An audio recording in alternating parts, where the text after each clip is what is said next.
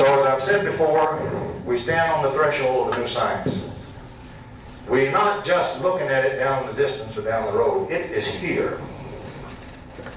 And one of the prime pioneers in it being here is your next speaker, whom I'm happy to devote part of my lecture to because of the incredible work he's going to be telling you about, and that's Dr. Robert Beck. Good afternoon, everyone. Welcome once again to the Saturday afternoon session of the 1982 conference of the U.S. Psychotronics Association.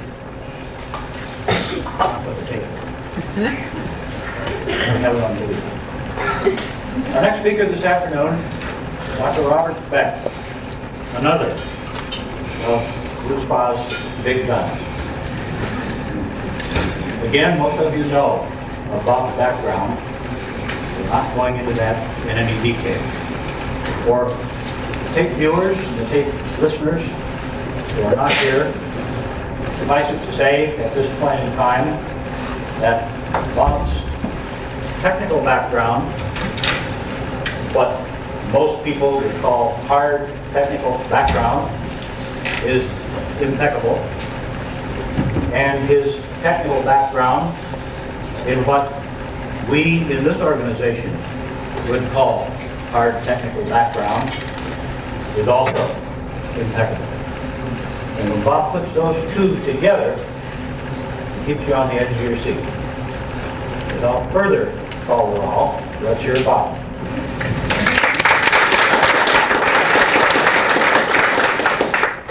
These are certainly interesting times.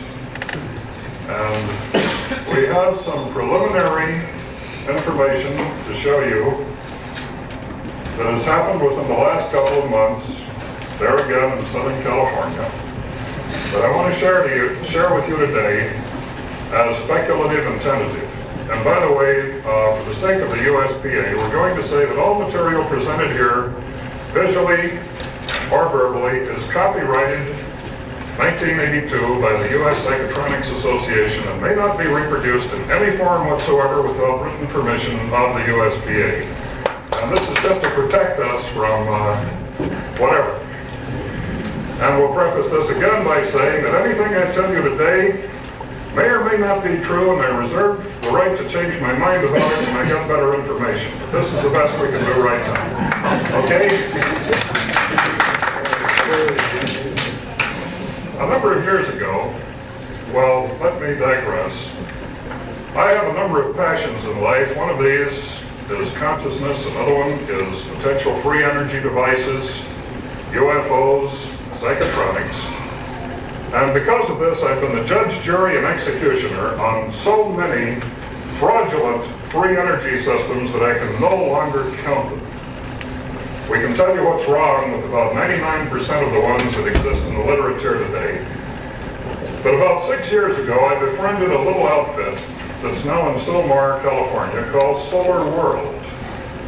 You'll see photographs of their product here in a minute, and something simply extraordinary that happened in March and April of this year. And because of this, I think in about the first week of May, they called me and they said, Bob, something really remarkable has happened to one of our devices. And I put this on hold, waited a week or two, drove out to Sylmar, Pacoima, and they showed me a metal box that they had dumped a wheelbarrow load of wreckage into that had been one of their wind-driven generators. And I said, okay, so it was hit by lightning. That theory didn't hold because there was no lightning at the time. I said, about when did this happen? They told me precisely the time that this thing had burned out.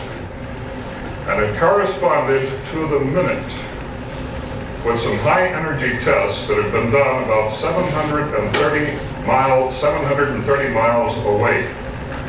So then I was all ears. We got in the car, we drove out to the site. You'll see some photographs of the device and why we think we're in a whole new age ballgame with energy. So if you can kill the lights, we'll do some slides, throw the switch up. Now Let's hope none of them is upside down. This is a before shot. This is a 3-stage wind turbine. Down below this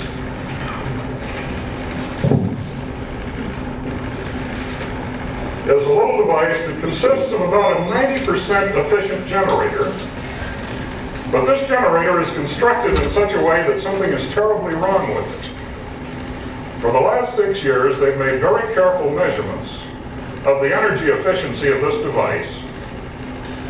Some days it seems to be 99% efficient, some days 70%, some days maybe 102. This was done very, very carefully. Engineers at Jet Propulsion Laboratory, universities have looked at this and confirmed it. We didn't know why until a couple of months ago. They have dozens of these installations on the California desert. They're producing, maybe 5 to 10 kilowatts in a 20 to 35 mile an hour wind. And here you can see one of the alternators encased in this weatherproof housing at the bottom of the shaft. The people in the picture will give you an idea of the scale of this device. You'll see one of these opened up shortly. This is Chief Engineer Barton Buells of the company. This is a before picture. This one also burned out for very unusual reasons. I was called and said, we've had another remarkable incident, the number 2 incident in this series that we'll talk about. The investigators were out there and welded this chain link fence around it before it was stomped over by the fire department, the insurance investigators, and some people from Naval Intelligence. So on this burnout, well, this is number 1. Let's get on down with it. What they found one morning were little bitty pieces of what had been the field coil winding, magnets, and molten aluminum strewn over about a 65-foot radius. Now we'll tell you what happened to this thing and what we think happened in a few minutes. The parts that had been a very efficient generator had turned to molten aluminum and melted down the side of the frame. The hand in the picture will give you an idea. The molten aluminum had very strange characteristics. At one point, it had turned to vapor and deposited itself as an oxide powder on some of the metal around the device. In another phase, it had apparently become metallic again without going through an oxidation phase at all. And there were layers of it, like peeling mica. The metallurgist had never seen aluminum in this state before. This was the metal wheelbarrow full of the meltdown number 1 remnants. This device, well, we'll tell you why we think it's producing unlimited energy. Megawatts of power were required for this to melt down. There was no possible way. Dr. Moore from New Mexico Technical Institute, the Navy's expert on lightning, investigated this and said it could not possibly have been a lightning strike. This was a stainless steel screw that had been in the vicinity of the meltdown. You can see that it's covered with molten aluminum. When it blew up, it wrapped wire around everything in the vicinity. This was the 3-stage device. You can notice they put a no trespassing sign on it and put a chain link fence around it because the first one had been totally stomped over by the insurance investigators, the fire department, and some people from the Navy. We opened it up, and this was all that remained of meltdown number 2. Wow.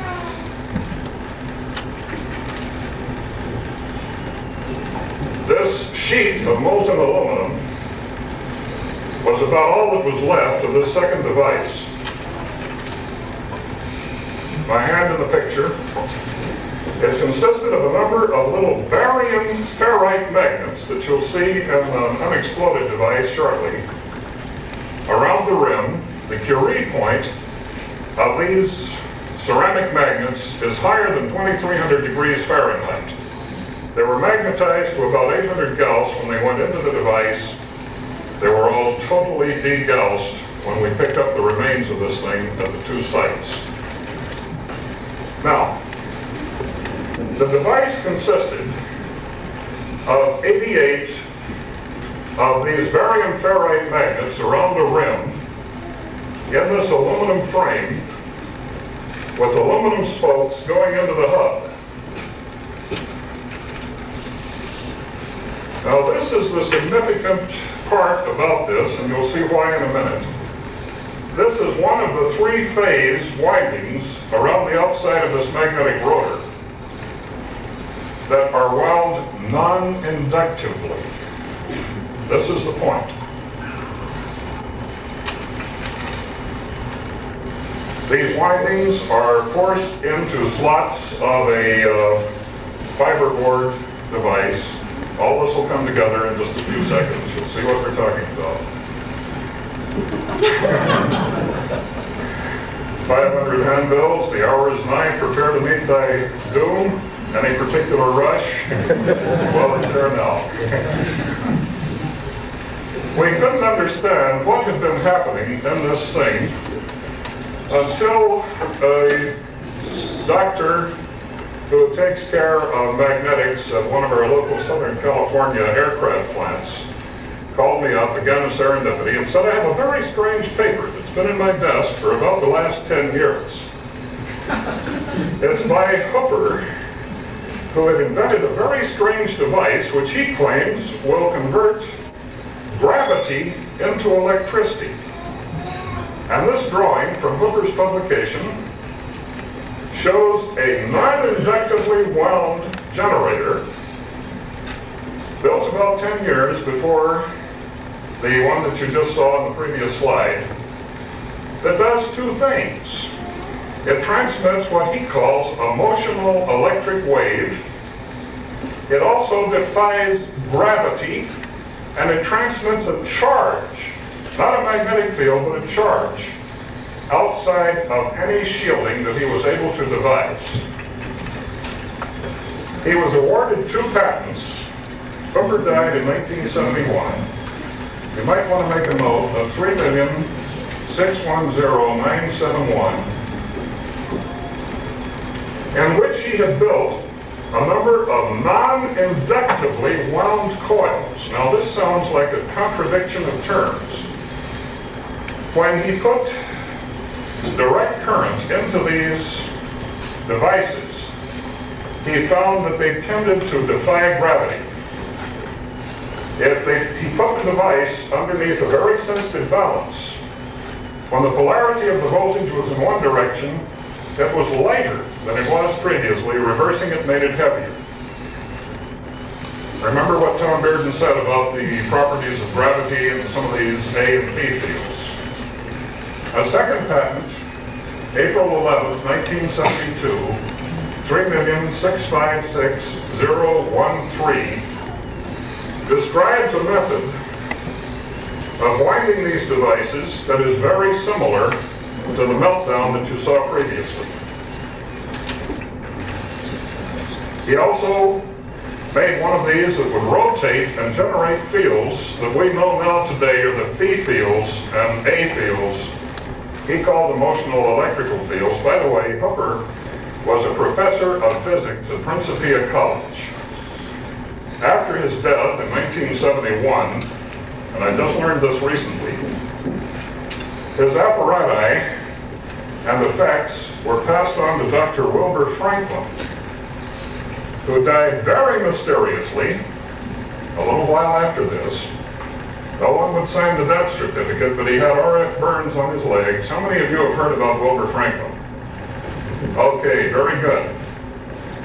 So the mystery became very, very much deeper. Now, I guess you've all heard about this patent assigned to NASA, 3,267,406, August 16, 1966, in which Davis had wound a coil or a resistor as a Mobius loop. When he did this, the object was to cancel all induction in the device, all magnetic fields, and therefore have a pure resistor that would not produce radiation or what have you. The other interesting thing in his patent disclosure was that once you had made a Mobius loop out of this device, it didn't matter what form it took. You could straighten it out, flatten it out, twist it, wad it up into a ball. It still had the same properties of zero B field and H field. In other words, the classic magnetic components have been canceled. And that left something else that Tom has been describing. This is a rather romanticized picture that we stole out of a magazine. Some of the genes, RNA, DNA, in all life forms as we know them, except single-cell animals, also wound like the caduceus Mobius coils.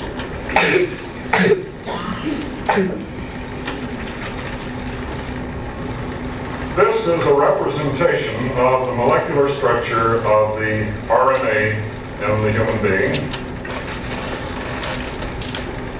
reminiscent of the caduceus coils of Wilbert Smith in the 50s. Wilbert Smith found that when he wound these caduceus coils so that the opposite turns crossed at a particular angle, he got some very, very strange properties.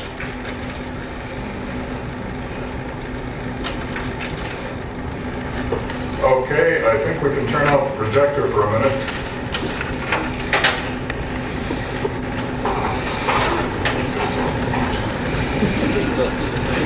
And turn on the house lights.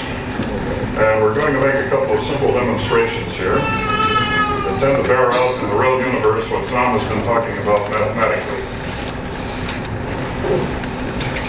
This little device is a charge detector. It doesn't detect electricity as we know it.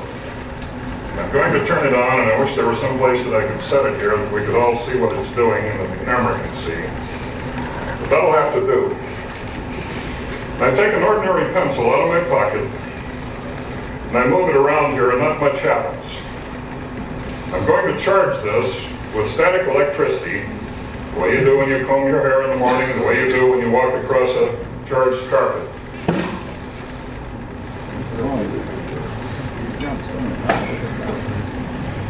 This indicates that somehow the space between here and here has been stretched. There is no electrical connection.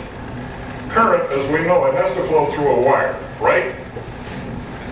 In the textbooks, when I was going to college, USC, back in the 40s, that gives me my age away, there were things about conservation of charge which had been left out of the modern day textbooks. I guess they thought it just wasn't important.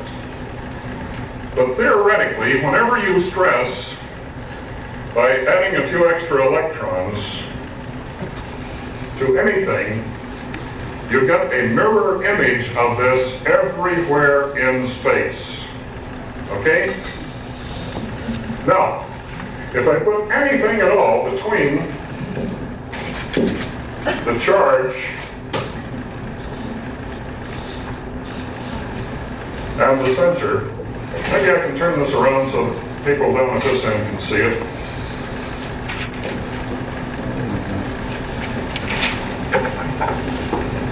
Get out of my own way here.